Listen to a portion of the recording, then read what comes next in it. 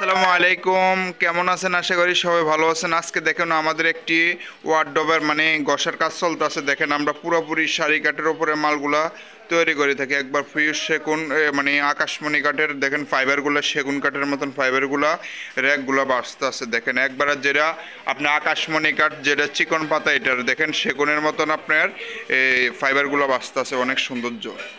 এমনকি আমরা বার্নিশের পরও দেখাই, বার্নিশ করেও আপনারা দেখাই। এমনকি দেখেন ভিতরে গামারি কাঠ ব্যবহার করা হয়েছে, পিছনে 6 মিলি কাঠ 6 মিলি বোর্ড ব্যবহার করেছে গর্জন কাঠের। আর এই যে পায়ার ডিজাইনটিও ঘষার কাজ চলতেছে।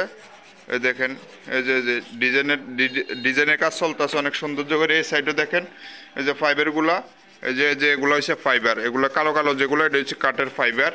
কাঠের ফাইবারগুলো দেখেন পুরোপুরি শাড়ি কাঠের উপরে মালগুলো তৈরি করে থাকি। সেম ডিজাইনে আমরা সবসময় মালগুলো তৈরি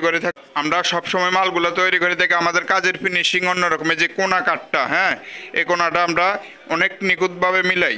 এই যে নিখুঁতভাবে এই যে কোনাটা, এই কোনাটা, এই যে নিচেরও সেম কোনাটা, এই যে কোনাটা, এই কোনাটা অনেক সৌন্দর্যভাবে মিলাই।